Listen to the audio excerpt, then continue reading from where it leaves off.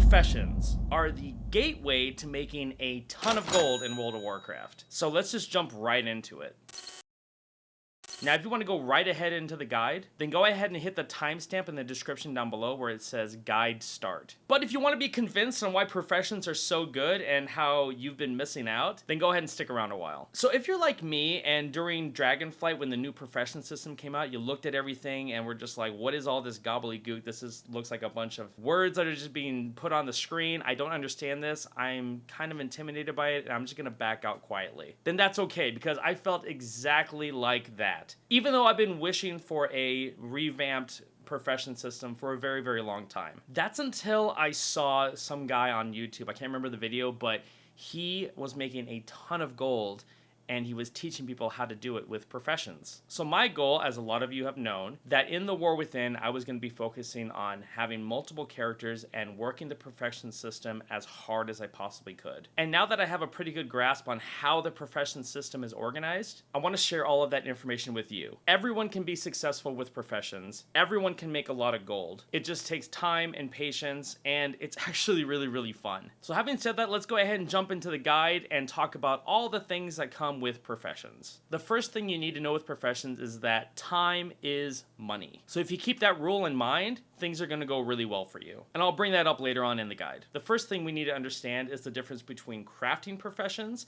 and gathering professions. First, we're going to start with crafting professions. And we're going to use blacksmithing as a really good example. Now here, when you go into the game and you open up blacksmithing, you're going to see these crafting details on the side. And this can get really confusing. So let's just break it down and make it more understandable. Before you start diving into this, we need to understand what your skill level means or represents. Basically, your skill level in this profession is going to determine the outcome of how good of a quality item you can make. So keeping that in the back of your head is going to be really, really useful. Now, as far as crafting details, let's talk about recipe difficulty. Every single recipe here for making an item is going to have a different difficulty. As you can see it changing to 200, and this one goes up to 250. So what does that mean? Basically what it's saying is that your skill level needs to hit this number in order to get this difficulty right here. In this case, this would be a tier gold. And that's basically all it's saying. It's saying, here's the bar, this is where you have to get in order to guarantee that you're going to get this quality of an item. And this quality will change over time. Now, skill is what you think it is. Skill increases the quality of the recipe that you're crafting, and it comes from your base profession skill, which is this up here. And in this example, my blacksmithing is currently at 65. But you can also see it says 65 plus 43.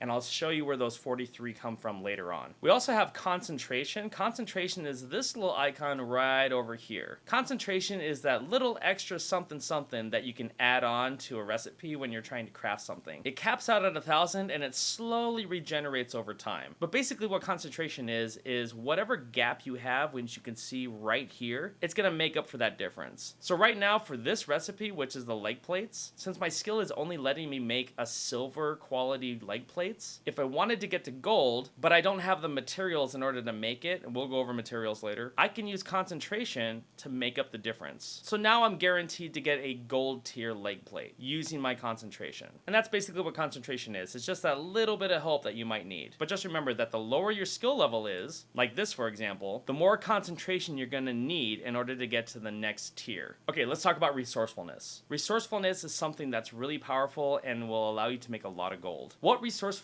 is the ability to use fewer reagents in order to make that item. So for example, if my resourcefulness was higher than this, I may not have to use 6 sanctioned alloys, which cost a lot to make. Now the recipe, as far as what I'm seeing, when you make the item, you will have to bring 6 sanctioned alloys into the recipe itself. But if your resourcefulness kicks in while making the item, you will get a kickback as you're seeing right here in this video. Sometimes it's the material that you're wanting to kick back to you, and sometimes it's not. But in a future guide, there are ways that you can use resourcefulness when doing crafting orders for other people to gather resources and sell in the auction house, and they can make you a ton of gold. Crafting speed is basically what it is, how fast you can craft your items. I would say that this is an endgame stat, even though yes, time is money. This isn't as important at the beginning of your journey in professions, but more of an endgame quality of life stat. Ingenuity is linked to your concentration, which is up here. And basically what happens with Ingenuity is that the higher your Ingenuity level is, the bigger the percentage chance you have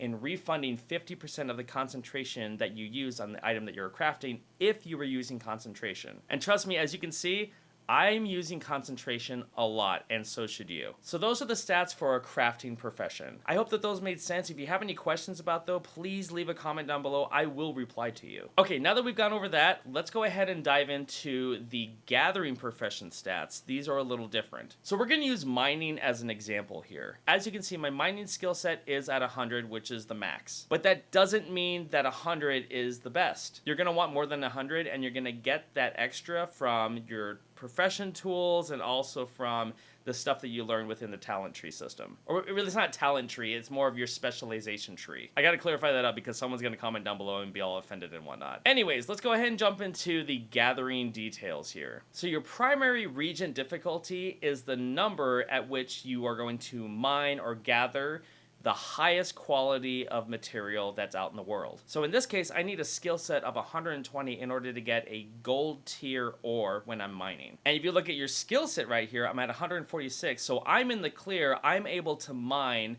at a gold tier rate. But that doesn't mean that I'm going to get gold tier ore every single time. I will talk more about that when I go into the in-depth guide on mining. That'll be in a later video. But just know for this, that your skill set, if it's higher than the primary region difficulty, then you are in the clear of gathering the highest tier quality of the material that you're gathering. That was a tongue twister. Now, these three down here, Finesse, Deftness, and Perception, are really, really important. Finesse is the percentage at which you're going to be gathering more of that material that you're gathering. So it says right here, you have a 14.3% chance of gathering more of the primary Reagent found here. So the more finesse I have, the more ore that I'm gonna gather when I'm mining. Deftness is all about speed. And again, I would say that this is an end game quality of life stat. Even though we're keeping in mind that time is money, that's gonna come later on in specializations, and I'll tell you why. But Deftness right here, even though it's gathering speed, and I have 25%, that's not because I spec'd into doing Deftness, that's just because the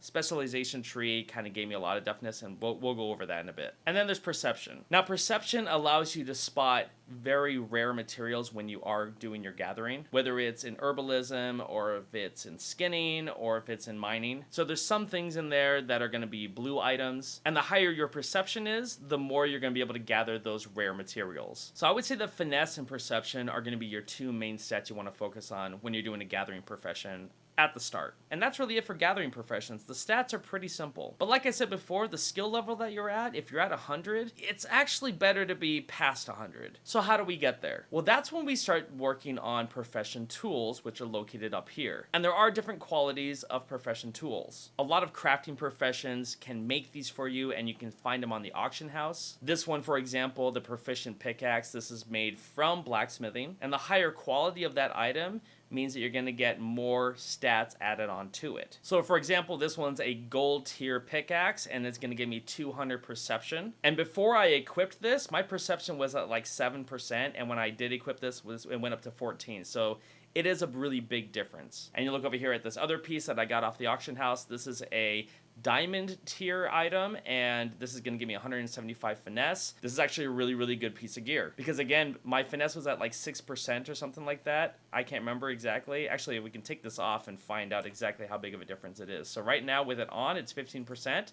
It drops down to 9%. So that is a huge upgrade, and that's going to give me the ability to mine more ore when I'm out mining. And that's basically all that tools do. They just kind of up these skills, and you want to get the best that you can possibly get. There are ways to increase those stats using enchanting and also just making better items. So now that stats are completed, let's go ahead and jump into the part that's probably really confusing for a lot of people. And this would be the specializations. This can seem incredibly overwhelming. Where do you start? What kind of things should you be focusing on? And while a lot of this is very subjective, depending on which route you want to take for your profession, this is where that time is money comes into play. Some of these tabs up here, or these pathways of learning your profession, are going to make you more money in a shorter amount of time. And again, when I go into these in-depth videos on these certain professions, we'll go over everything and show you probably the routes that I would recommend. But basically what happens is that when you're doing professions out in the world, you're going to get items that are going to give you knowledge. And that is located up here. So it says use knowledge knowledge to learn blacksmithing specializations. Knowledge can be gained through various means such as crafting recipes for the first time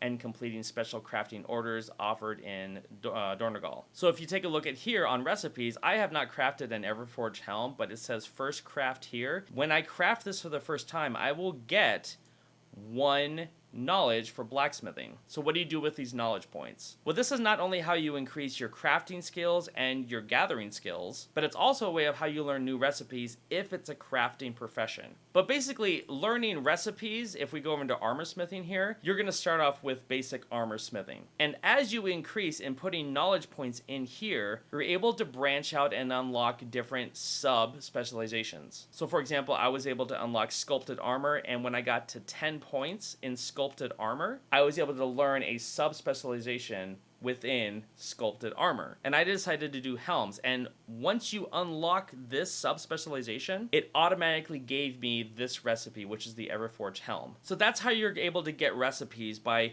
moving through the specialization area depending on what you want to make. So just to recap, you're going to get knowledge points. You're going to choose which specialization you want to go into.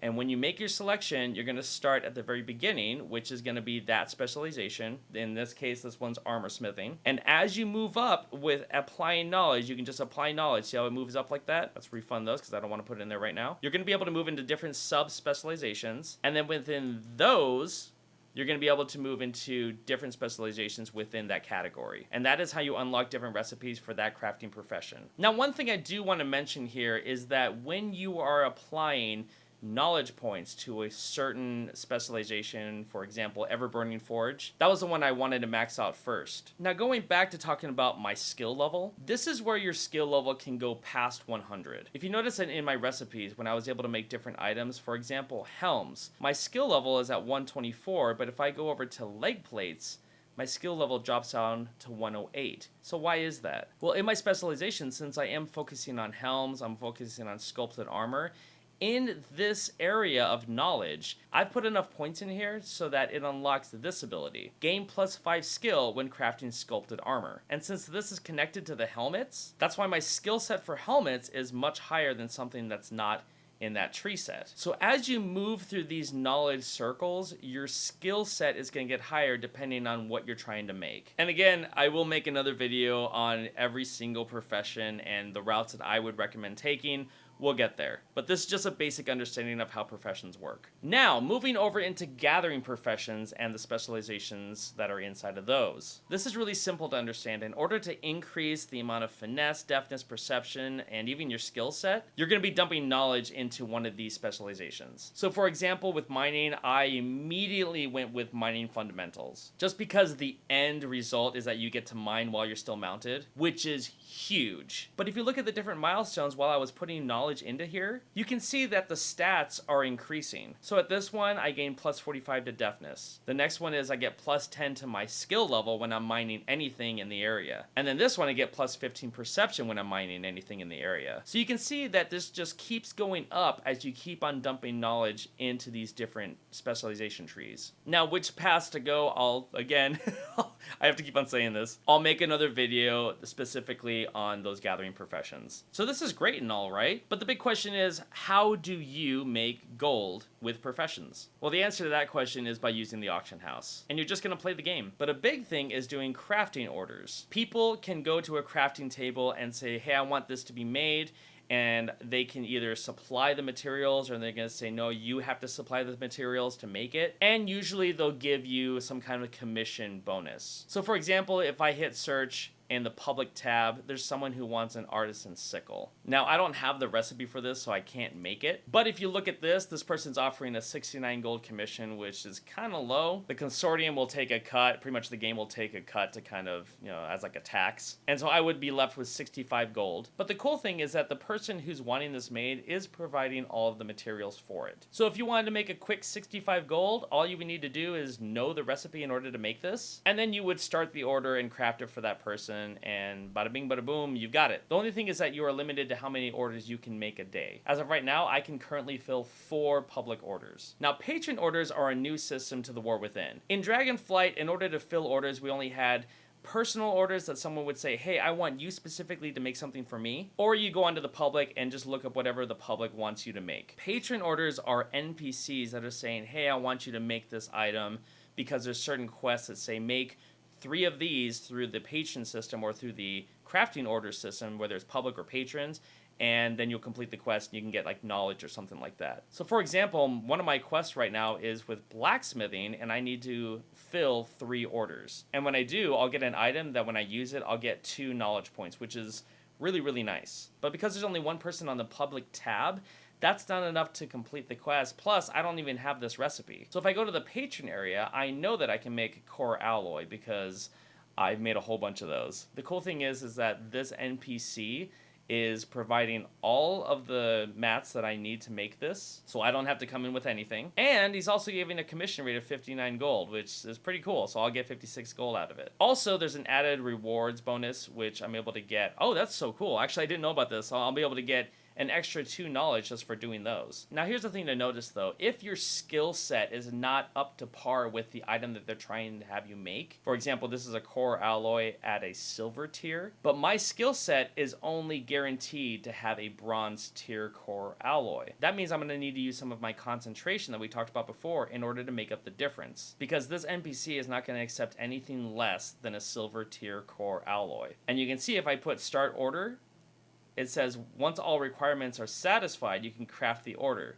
Well, I'm only guaranteeing a bronze level, so I need to use some of my concentration. That's going to bring it up to a silver tier level core alloy. Now I can forge this, and you can see that it's working. And once it's completed, I can go ahead and push complete order. And now that order is done. And all the stuff that was guaranteed for you, the gold and the items, that's going to show up in your mailbox. So you can use the patron system if nobody is searching for those kind of items on the public in order to complete those quests that you want to do. Okay, so that is a pretty in-depth explanation of the crafting and gathering profession system. I hope that this made sense. If there's anything I'm missing out on or that's not very clearly explained, then please leave a comment down below and I will do my very best to explain this to you. I can tell you this, that this is a whole different level of fun. You wouldn't think that it's a blast, but I am having a ton of fun doing this. I'm looking forward to making these in-depth videos on each profession system as I go through the War Within. And if you guys found this video helpful, then make sure to give it a thumbs up and subscribe to the channel. I'm making a lot of content these days as I'm kind of turning this into my main profession in real life, and you guys spreading this video around and interacting with it does help me out a lot. And if you guys found this video very helpful and you feel inclined to support the channel, I do have a couple of options. One option is you can join the membership here on YouTube, and if you do, you'll get your Conan badge, which is the 2 snakes coming together over a black sun. I'm a really big Conan fan, if you can't tell. But also, I'm doing a lot of streaming over on Twitch. I do a lot of workout streams here at my home gym in the garage, but I'm also doing a lot of gaming streaming right now, and I'm having a lot of fun with that. And if you want to go over and check that out and sub over there to support the channel, that's another way to do it. Other than that, I'm really, really excited to get deep into these videos for you guys and kind of see what we can do to make a lot of gold, and I can't wait to make more of these in the future for you guys. Having said that, I'll see you guys in Azeroth, and have a fantastic time playing. Take care.